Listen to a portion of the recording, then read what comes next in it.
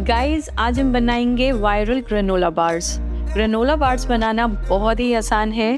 अपनी पसंद के कोई भी नट्स ले लीजिए, जैसे मैंने यहाँ पर यूज़ किया है काजू, बादाम, cranberries, shredded coconut, pumpkin seeds वगैरह।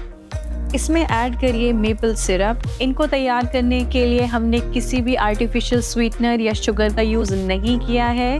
मेपल सिरप की क्वांटिटी आपको इतनी रखनी है कि एक स्टिकी मिक्सचर तैयार हो जाए और इस मिक्सचर को बेकिंग ट्रे में डालकर अच्छे से सेट कर लें और प्रीहीटेड ओवन में 325 डिग्री फ़ारेनहाइट पे 30 मिनट्स के लिए बेक कर लीजिए।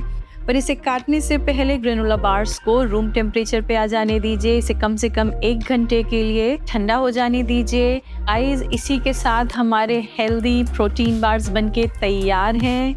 ज़रूर ट्राई करिएगा ये रेसिपी, और अगर आपको ये रेसिपी पसंद आए तो मेरा चैनल सब्सक्राइब करना मत भूलिएगा।